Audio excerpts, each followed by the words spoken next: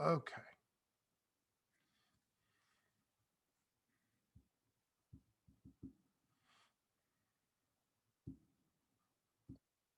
All right.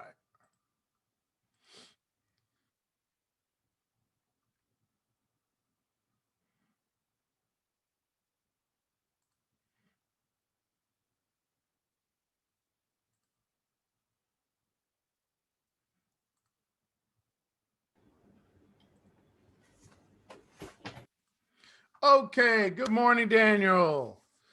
Good morning, Hi. Umawathy. Good morning. I'm waiting for.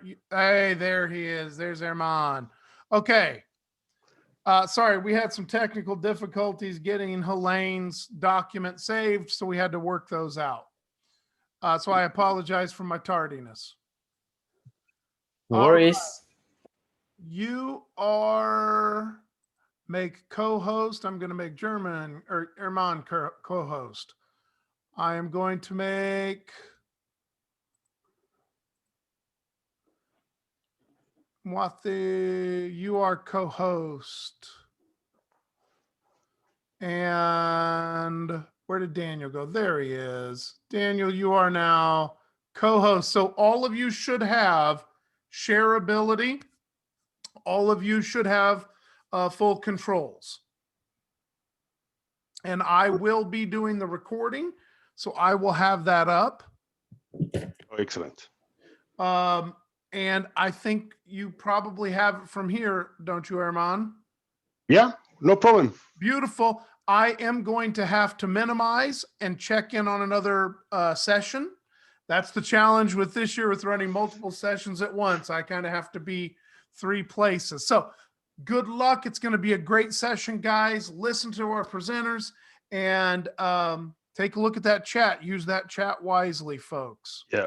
One thing, Matthew, you're Yes, sir. already set up the recording. It's recording right now. Okay, thank you very much. Beautiful, beautiful. Thank you, sir. Yeah. Hi, Daniel. How are you? Hey, I'm doing good. Long time no see. Hope you're doing well. I lost space with you. Yeah, I stopped my teaching for some month, so I'm going to try to catch up with you on and Definitely. Dr. Umawathy. That's correct, the pronunciation? Yeah, yes, correct. You can call me Uma. No problem. Uma, oh, okay. I'm going to present you, so it's better for me, Dr. Uma. Okay, so we are going to start getting the people on. And do you prefer questions at the end of the presentation or during the presentation? Happy to do either. I mean, if there are questions, anyone can just put the questions on the chat. If they want to interrupt, I think it's fine as well. At the end as well. So I think we are free and easy here. Okay, so I'm gonna be reading the questions and doing the pass for you to see if it's pertinent to answer at that moment or get it for later. Sure. Sounds good. Okay. Anything you need, we're gonna accept people here and let me see. We have.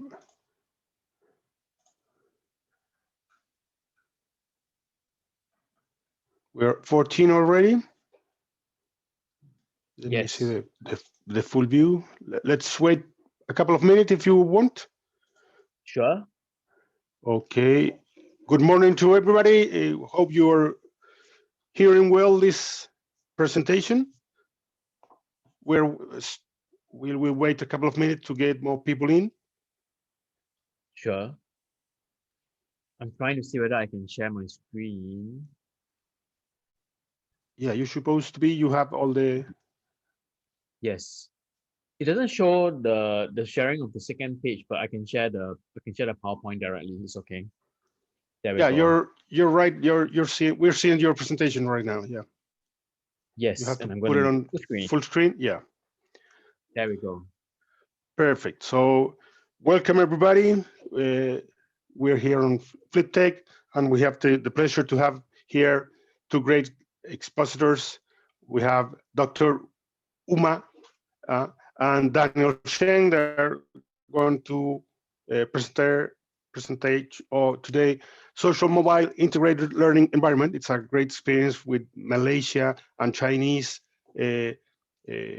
data. So it's going to be interest for everybody. You can write your questions on the chat, and I will be sharing with our presentators. So Daniel, Uma, welcome, and stage is yours. Okay, Dr. Uma, I do the intro, okay? Okay, so hi everyone, I'm Daniel, I'm from Singapore, and Dr. Uma is from Malaysia, and we have a partnership going on in Southeast Asia to create this social mobile integrated learning environment. So essentially it's using social media and mobile learning in a private environment for educators. So at this point of time, we're focusing more on colleges and polytechnics, diploma level students in Malaysia in this specific project. But for Sokol and myself, we're in quite a few different other countries. So Dr. Uma is from the Ministry of Higher Education in Malaysia, and I'm from Sokol. So SOQQLE is not Soccer. Sokol stands for Circle of Friends. So that is the platform that we use for the social mobile learning. So who is this for? So I'm hoping that some of you or most of you in this, or some of you rather at least in this session are language educators or communication educators, science or business. I know just basically 1 and 2 we would have covered like 60-70% of all educators. But yes, science, business educators work very well in this area as well, and that's one of the key areas that we are doing in Malaysia as well. And anyone who wants or asks students to upload videos, so student generated content, that is what we are focusing on. So we're not doing the teacher generated, we are doing the student generated content. So do we have what do you guys teach in your classes? Can you guys put something on the chat, say hello? What do you guys teach? Maybe German, you want to share what do you teach? Yeah, I am a professor from university here in Chile, Santiago, and I teach human resources and management. Great. Okay, human resources management. We do have some of those that we are working on as well around Asia. English, well, I've got quite a few English lecturers, so this would be perfect. So Dr. Uma and I, we are focusing on English actually. So our number 1 core cases, and I'll let Dr. Uma share a little bit more. So specifically for this topic, the problems that we're trying to solve. So this is actually part of a paper that we just submitted and is pending review in a language and technology paper. So we're trying to, a lot of English lecturers, we're trying to focus on a problem where due to COVID, there's a lot of disruptions to the synchronous learning, especially your physical face-to-face classroom. Number 2, digital screen fatigue. So there's some studies that go, the students spend a lot of hours in front of the screen and they're all suffering. And we have specifically in Indonesia, the lecturer that we are partnering. So this project here is Indonesia and Malaysia. So the Indonesian lecturer, she from a 2-hour class became a 1-hour class. So one of the problems is then not enough time for her to teach and also for the students to practice, which is linked to number 3. There's this lack of engagement. If you try and do an online classroom session, if you try and do forums, students hate forums nowadays, right? The engagement is very low, the participation is very low, and there are tons of literature that talks about it. And so social media. So do you guys, I think in our last, so do you guys use social media apps in your classroom? So I bet a lot of you have tried Facebook groups. I think a lot of you would have tried Telegram. Do any of you use TikTok in a class? Or yourself? Are you a TikTok influencer? Anyone? Any one of you have tried to use Facebook? No. So everyone here are wanting to try to be social media and pick up from this class. You would like to use TikTok? Okay, fantastic. We have a better tool other than TikTok. But anyway, so we did a little survey, in Dr. Uma's. We did a session, a workshop, some time ago, a few weeks ago actually. So we'll be having more in the future. Maybe we can invite the audience here who's interested. So 9 out of 10 actually use Telegram, have used Telegram before. WhatsApp, of course, is the place where we use to communicate. 3 out of 10 do Facebook. and basically that's, so we were quite happy. I'm quite interested to see Telegram, because you can do bots for Telegram. Actually, I don't know how much time do we have for this presentation. Is it half an hour, 1 hour? Herman, do you? We should have around 50 minutes and let Okay. a final 10 minutes for questions and answers. Okay. Yes. So our model, our model. Thank you. So our model for this is for this paper was about speech production. So essentially, when we say that okay, there's this disruptions to classroom time, speaking time, what is the real impact to speech production? So the main thing that we're trying to focus here is that the social context, the interactive, communicative mode, and there's the lack of being able to communicate with people in front, in face-to-face classrooms. That was previously done in face-to-face classrooms. Now, when you move online, it's very hard to do. So that was one of the biggest things that we were therefore trying to solve. So is there an alternative? Is there an alternative way, or is there a more enhanced manner to move from that synchronous practice to an asynchronous practice? And is it as good or even better? And then that's linked to motivation, which we did see in part of our study as well. So our ultimate research question was therefore, when we eventually start to go towards videos, right? Because instead of face-to-face classrooms, we had to move to videos. And just one point before I go through all of these things is that we did not put in the full details of the actual paper in this presentation, because we do not want to duplicate the content that we were actually going to publish. So the content here is kind of a summary or an aggregation of what we have on that paper. So just a bit of a side note. So so in this paper, the students were using videos as part of their homework. So the teachers will ask students to record videos as part of their homework, and once every week.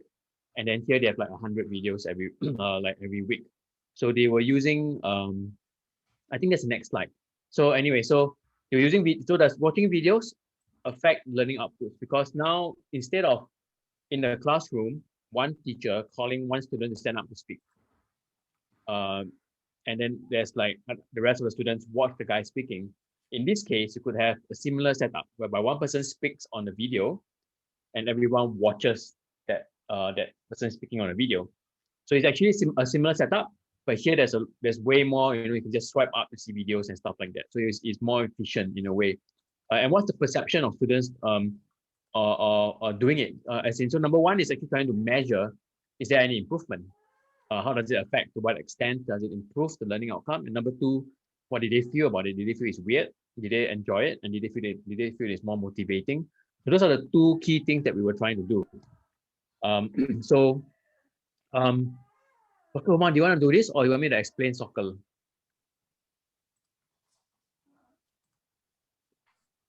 Maybe Dr. Umar, you want to share about how we did the soccer thing? Yeah, okay. So thanks, Dan.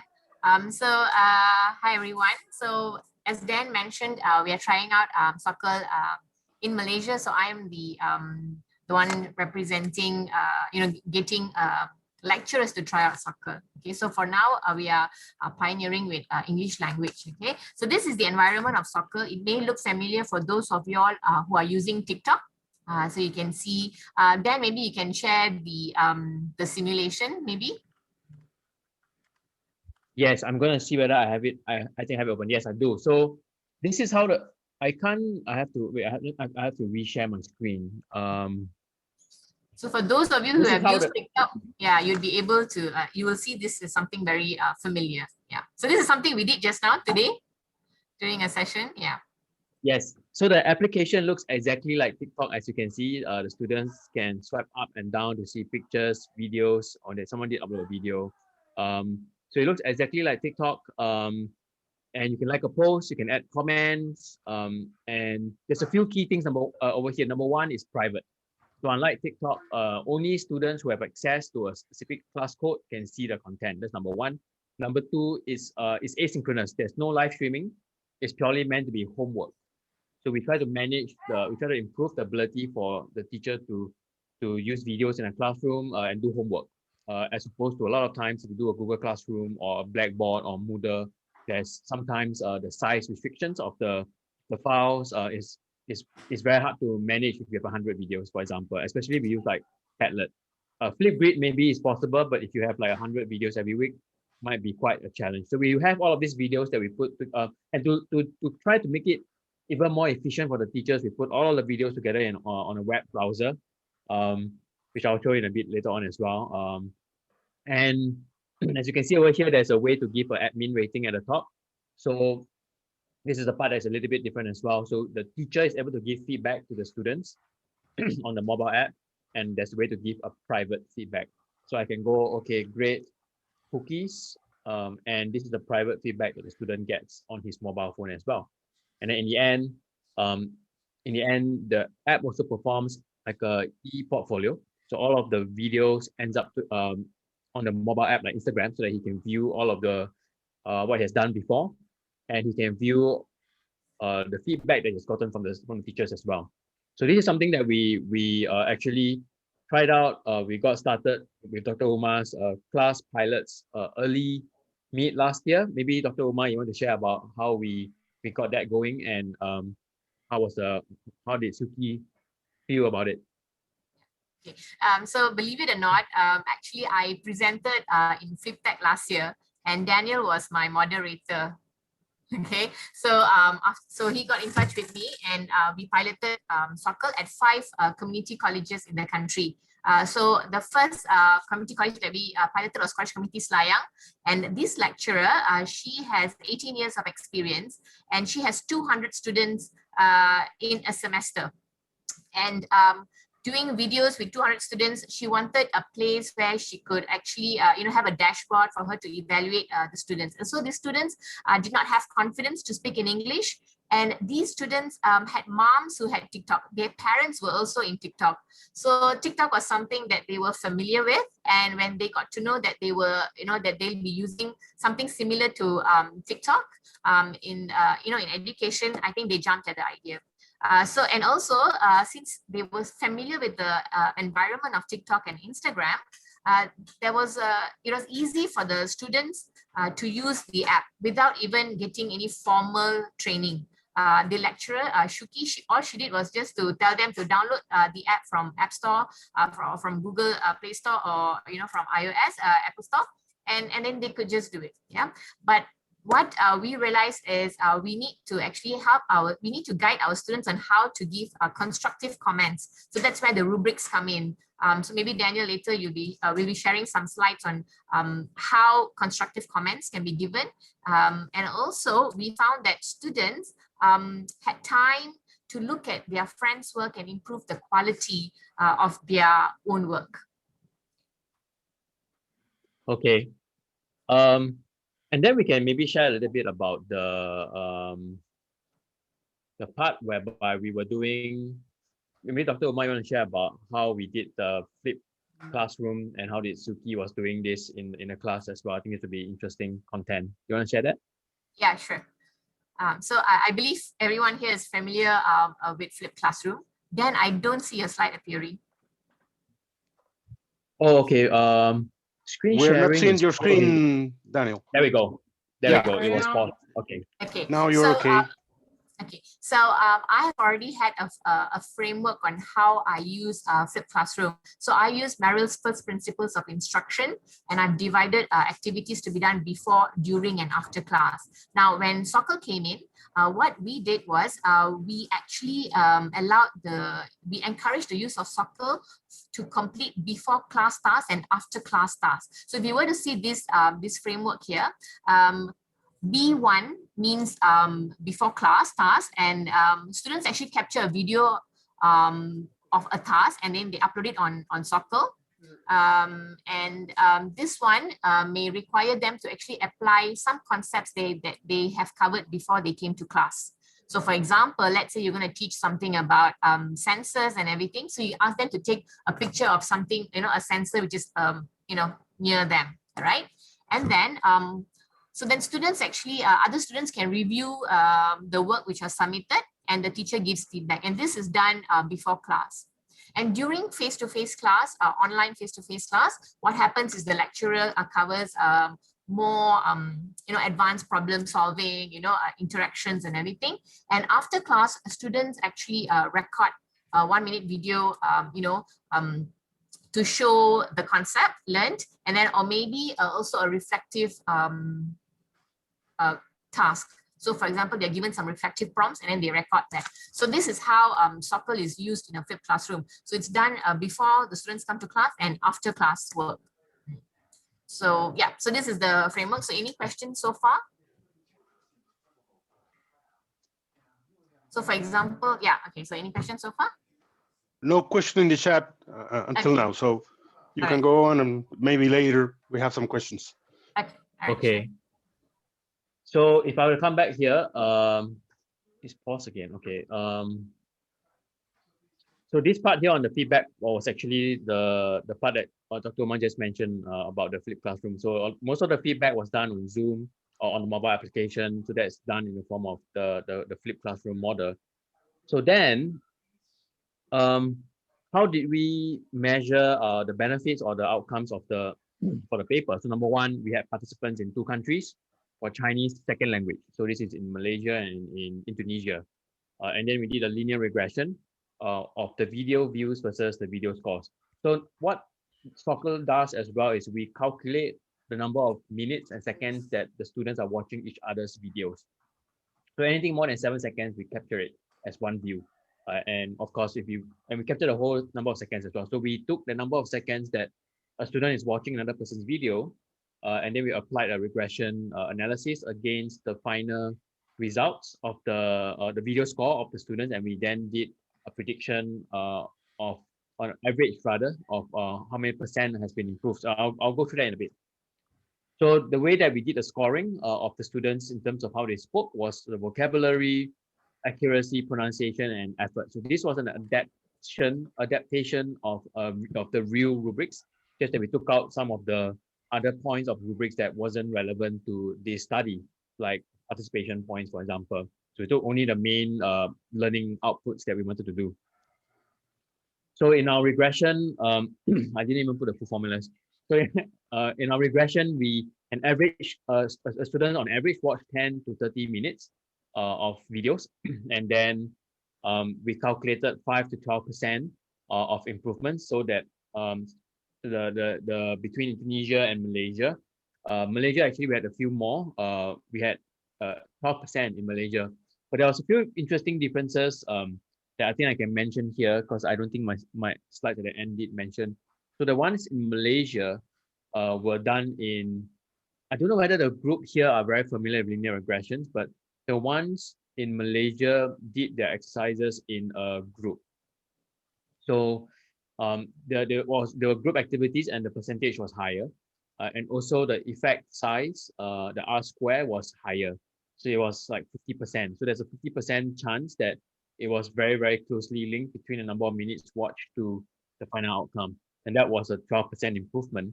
The one in Indonesia was a 20% only 20% strength in terms of the views versus the outcomes. And it was an individual work. So that was a very good comparison, because we might be able to explain that 30% difference was due to the group effects. But we don't really know specifically within the group effects what were the which of the specific factors were causing it. So Dr. Umar, I go to or you want to go? I go to. Okay. So I have only 2 quotes here. So number one, the participants, we found out that the participants prepared. So we did a focus group, rather. Let me take a step back. We did a focus group with the students. So we had 3 in Indonesia and 3 in Malaysia. And then we, in total, six people for about 45 minutes each. And then they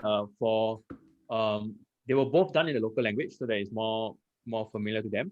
And then we transcribed it, translated it, and did the coding for it, which then we came up with some common key themes. And one of the key themes was that the participants prepared more and they practiced more. Obviously, at home, there is more time for them to practice than a 1 hour class time, right? So here, the students were more open to prepare and practice. So here, there's this sense of perfectionism. Most of the time, it's because when they watch their friends' videos and they go like, oh, my friend's videos actually quite good. So they'll go like, okay, I should be as good as them. So there's a very good first reference point that allows the students to see, okay, this is where I should be. And perfectionist. So once they start, they will just keep on going. They go like, oh, there's this nice subtitle that I should go. So the ones who did really well, the ones on the higher end of the speaking or higher end of the watching of videos, or rather the ones who spend more time watching videos, who created better videos, were the ones that we could tell that they spend more time because they were editing their videos. Like you could tell that they spoke one part for 5 seconds and then it gets cut off, and then the next part comes in. So they actually practice that 5 seconds, then they practice another 5 seconds, 10 seconds, and then they just string everything together. The ones that didn't really spend a lot of time, you can see that they just did everything in one shot. They just did everything in one go and they just throw it out. And then there's a lot of pauses here and there, and they didn't really kind of care. So that was the one of the main things that we think was the motivation for the person to want to try and do more. So this is the part where when they observe the content from their peers, when they look at the videos of someone, they want to do something like that too, and they want to improve for the future. So there were a few of the comments that was made like that. So they were actually wanting, they felt that they could be a better version of themselves. A few of them, so not all of them. So our next study, hopefully we can do a survey, because this one is a qualitative, but we actually did a mixed method, right? So we took the data points from number of minutes viewed to the final outcome of the videos, and then we backed up why was there a 12% improvement using this focus group study, which is the qualitative side. So in the end, and some of them also mentioned that they were able to rewatch the videos. If it's in a traditional classroom, they may only get to listen to their friends only speaking once. But using this app, using social learning, they were able to replay the videos and improve themselves. I remember some of them say that. Yeah. Okay. Are there questions? Any questions so far? No, by the moment only there was one about the length and the amount of memory they use, but Natalia put that question and Uma already answered it. So we don't still have. What are some of the problems that the language lecturers have here today? Maybe do people want to share about what is the number one? I think when we did a survey with the last group, right, Uma, I think we asked what's the number one problem. A lot of them said engagement. I think there were some that said data was a problem as well. Do you guys have the same problem, like lack of data, poor internet connections? Is it a problem where you guys are at as well? For the audience, maybe you want to type out on the chat, or maybe you want to share. Yes. Yes to engagement problem or data problem, or both. Hopefully it's not both, because then it's tough. Data problem, okay. Also, one of the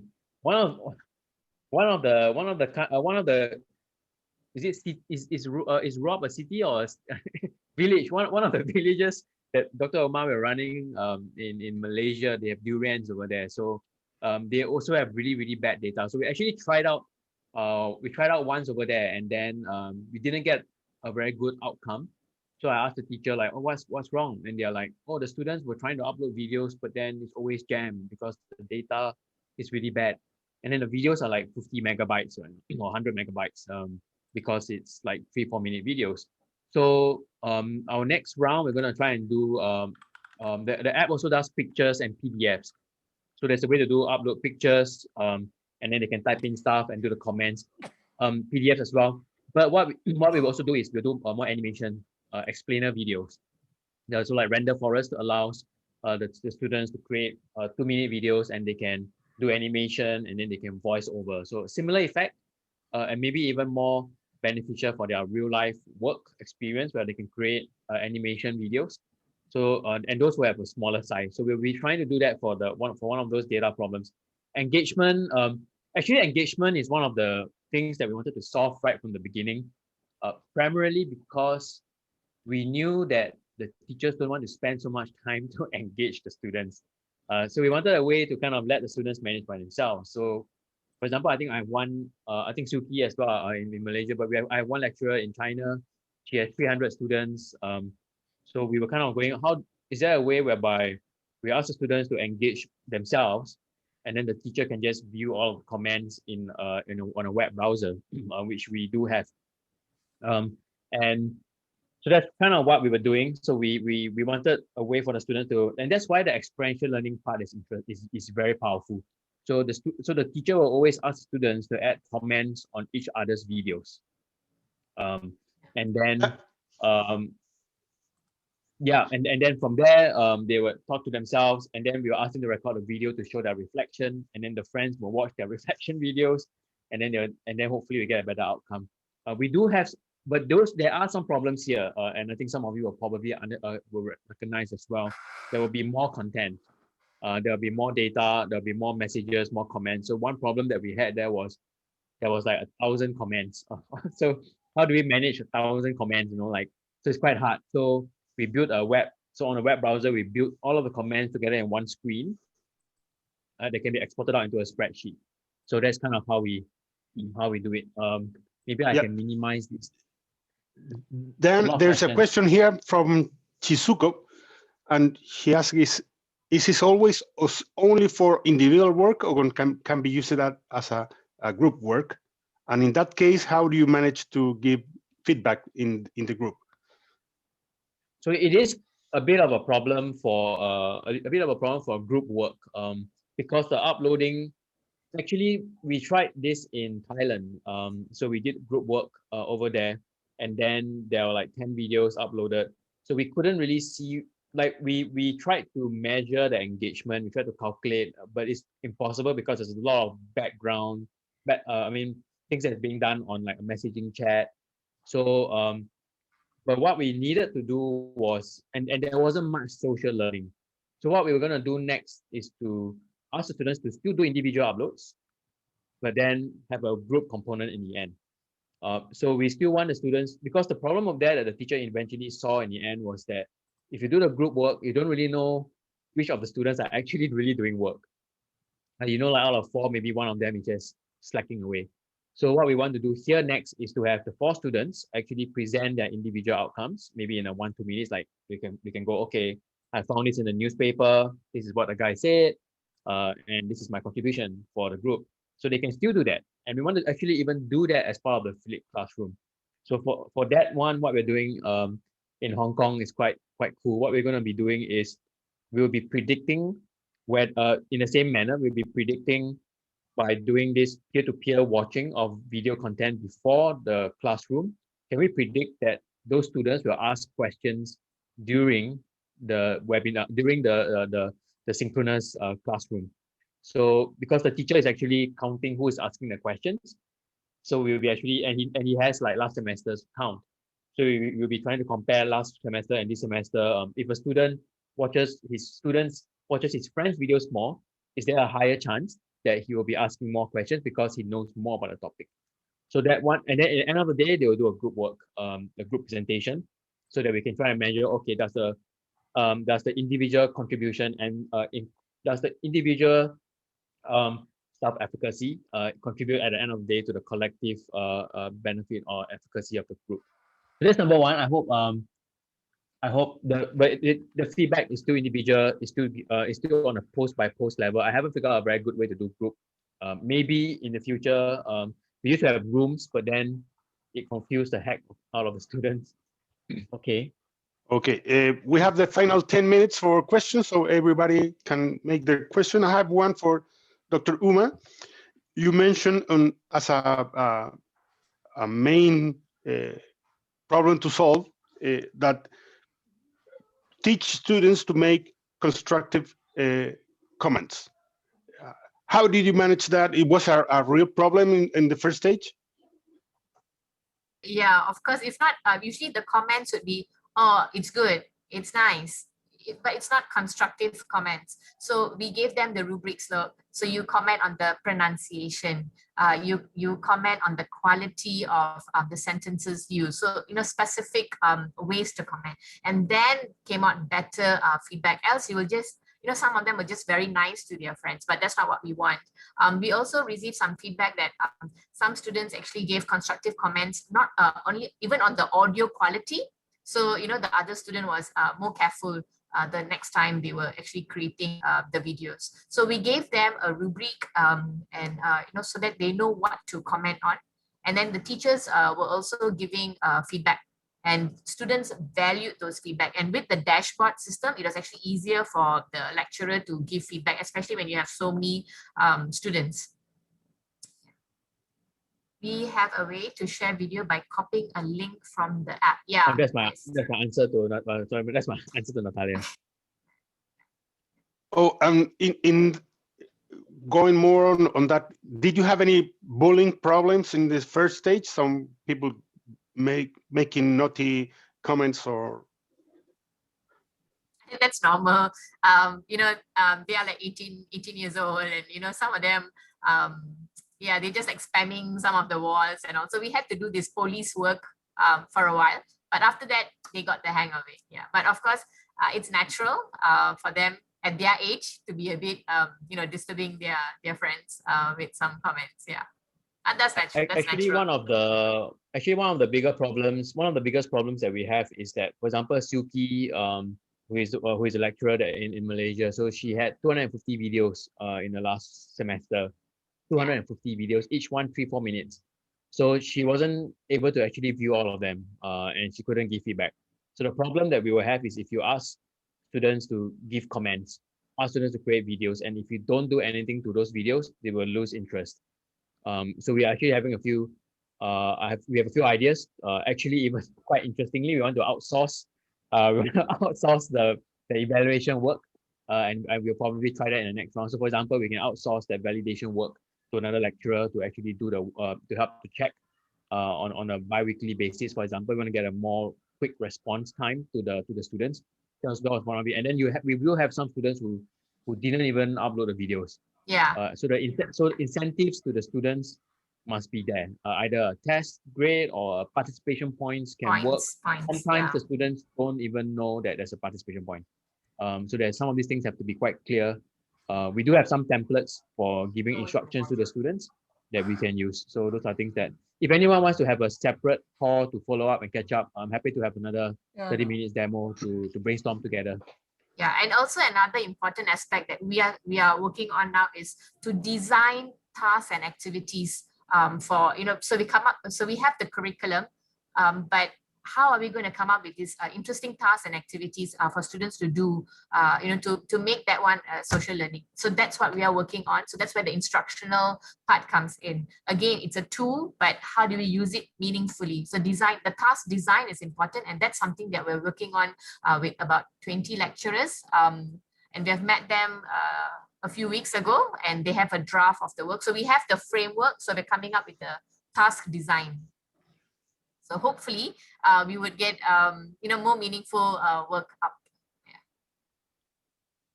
Yeah, excellent. Anybody more questions? We have our final minutes. Maybe Daniel, if you can share your contacts in the chat if anybody wants to contact you or have more information. I think that would be. So my email is there. Dr. Umar, you want to paste yours as well as friend? Yeah, sure. So we do have a few calls for collaboration, and Herman German will be lovely to follow up as well. So we are doing academic research as well. So we are trying to invite other lecturers, professors who are interested to come and help us out. So the reason why, so some of you might kind of go, okay, the pedagogy itself, the social learning, a private environment, so there's experiential learning in a social environment. Some of these things are quite new. In a way, I'm calling it like a sandbox environment. We are trying to create it in a way, and we're trying to do it through research to create structure, right? Because when we do research, there's always structure, which helps us to also do the kind of make sure that we're on the right track. So we would like to invite other educators, especially if you yourself are interested or your university is pushing you to do it, and hopefully, if they have funding for it. so some of the things that we are trying to get partnerships on. And we are also doing virtual student exchanges. So which means I'm doing one in September where actually it's English as well, so fantastic. So I have English language students in Spain, Hong Kong, Thailand, Indonesia, Malaysia. So they'll be on soccer using the same code, and then they'll be doing intercultural exchange. So they'll be sharing pictures, videos about movies, about TV, gaming, and then they'll be having to share cognitive stuff. They have to share about what they think about something and how to solve problems, for example. So, and then it's off the back of a research that will be driven by the Spanish associate professor over there. So, and the last example, the last one that I'm trying to find anyone who might be interested in is gamification or game-based learning. I have one professor in Hong Kong, and we are doing, so he's a housing economics professor. So we do, he's doing buyer-seller role-playing. So buyer-seller being, he splits his class into buying and selling. And now I have students buying, selling property on soccer. So there are people selling houses on my app.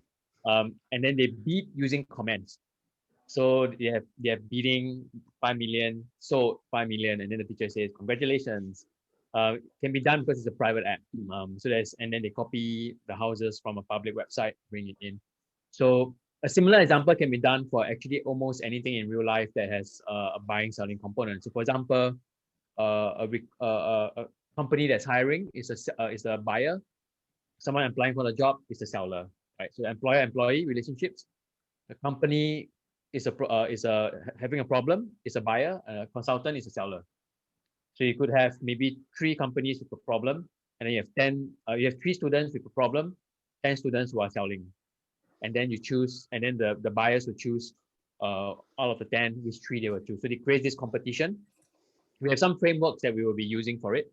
So so we'll be following some frameworks. We already have a framework for the study. So we'll love to catch up with any of you who think that in your mind, that would be an interesting game for my students to play, and you can join us together with it. Great. Okay, So it's a thank you. great amount of information. I think everybody is happy to hear your experience.